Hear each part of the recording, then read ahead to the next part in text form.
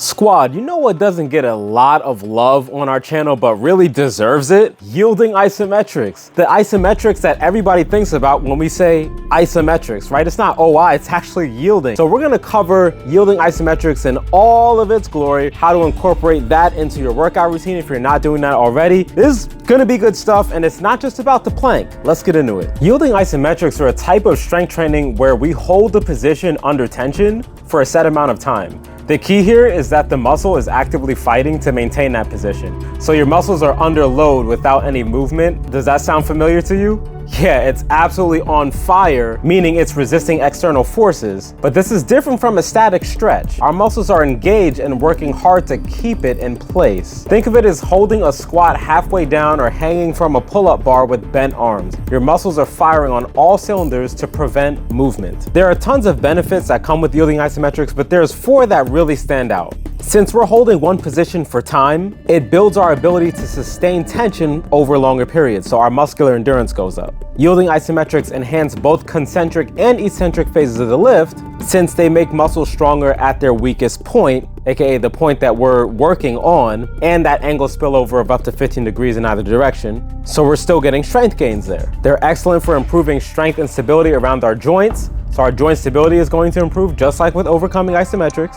And they're versatile. We can do them anywhere. Calisthenics really comes to mind as you think about planks and wall sits and holding squats in the middle of your basement floor, not speaking from experience. Or even with traditional weightlifting, holding a squat in the bottom position. Most of those benefits seem exactly the same as OI. The only difference is that yielding tends to really cater to muscular endurance. And we've mentioned this before. When we talk about OI and when we talk about yielding, if we're playing a video game and you want to build your strength tree, we need to go to OI. If you want to build your muscular endurance, we need to go to yielding. Speaking of which, why do yielding? First of all, I want to cover that yielding isometrics, they are highly underrated, but they provide a lot of bang for your buck. Here's why you should incorporate them into your training.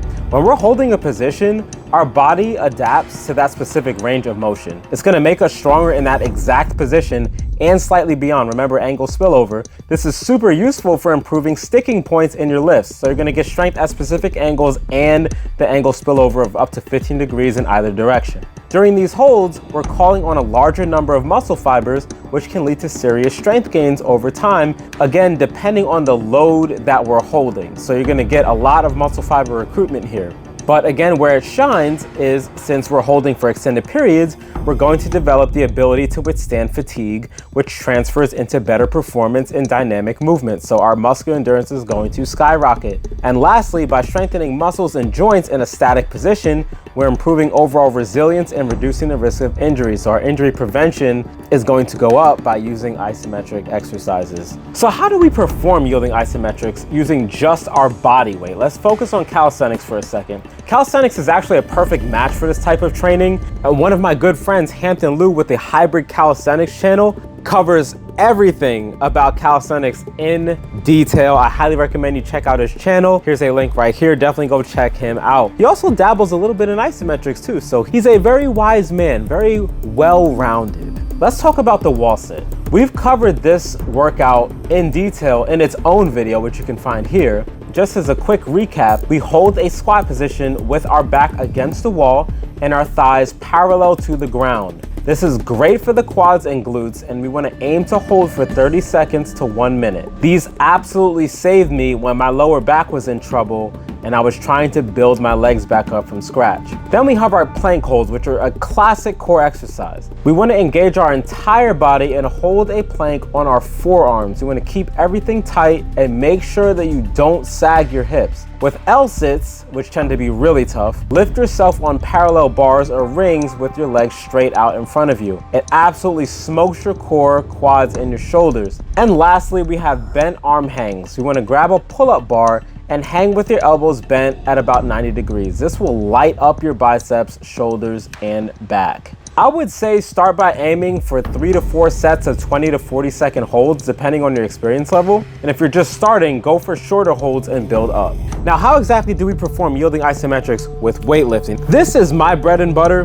The easiest introduction to throwing yielding isometrics into your weightlifting routine is literally to take your exact weightlifting routine that you have right now, if you have one, and lower the weights by about 10 to 15 pounds, and right in the middle of your repetition, you wanna hold that for about 2 seconds. Near the end of that set, you will understand why I told you to reduce the weight by 10 to 15 pounds. Why? Because the time under tension, more than likely, if you had a 1-0-1 tempo, is now doubled. Let's first talk about tempo. Tempo is when we have our concentric phase. The bicep curl is like the easiest demonstration exercise ever. If we start here, right, this is the concentric phase of the movement. This is the eccentric phase of the movement. So we're shortening and we're lengthening. Right here, it is 1 second concentric, 1 second eccentric. If we want to throw an isometric hold in there, okay, now concentric, eccentric, hold, 1, boom. Or you can perform it this way: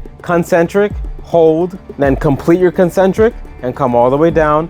Concentric, hold, complete your concentric, come all the way down with the eccentric. There are different ways to perform it. I feel like if you perform the isometric on the way back down on the eccentric, it's a lot better, but that's just my personal opinion. But we can do this with squats, we can do this with deadlifts, shoulder presses. Literally find the part of your lift that you want to really work on. So for example, I'll use my own lifts and I'll tell you that my shoulder press, I tend to get stuck right around here. I have no issue with locking out. Once I pass here, I'm able to finish the lockout. But right about here is usually when I have the most issues. Launch phase has never been an issue for me. What would I do if I wasn't going to use OI to get better and just use yielding, right? So what I would do is first, again, lower the weight by 10 to 15 pounds. Get ready for either a dumbbell shoulder press or barbell, whichever one. And I would go ahead with the concentric and I would come down and hold. 1,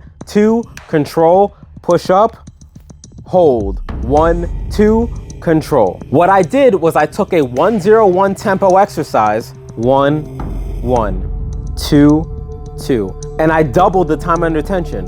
1, 1, 2, 1. That is now 4 seconds of time under tension. I have doubled my results. I've doubled the time under tension. There is not a chance I won't see any type of significant growth from doubling the time under tension. But Chris, I don't understand, like, you lowered the weight. Yes, you lowered the weight, but the time under tension at still a high load is going to make worlds of difference. And don't forget, we just talked about the muscular endurance going up because of time under tension. With weights, I recommend 3 to 5 sets of 3 to 5 second holds to build strength. If you want more of an endurance challenge, you can increase the time under tension. So now let's break down how we can program yielding isometrics into our routine. For strength, like I just said, 3 to 5 sets of 3 to 5 second holds under heavy load, or 10 to 20 second holds with moderate weight. Now you will definitely have to lower the weight for this, but this will absolutely transform your entire workout while keeping the exercises exactly the same. For endurance,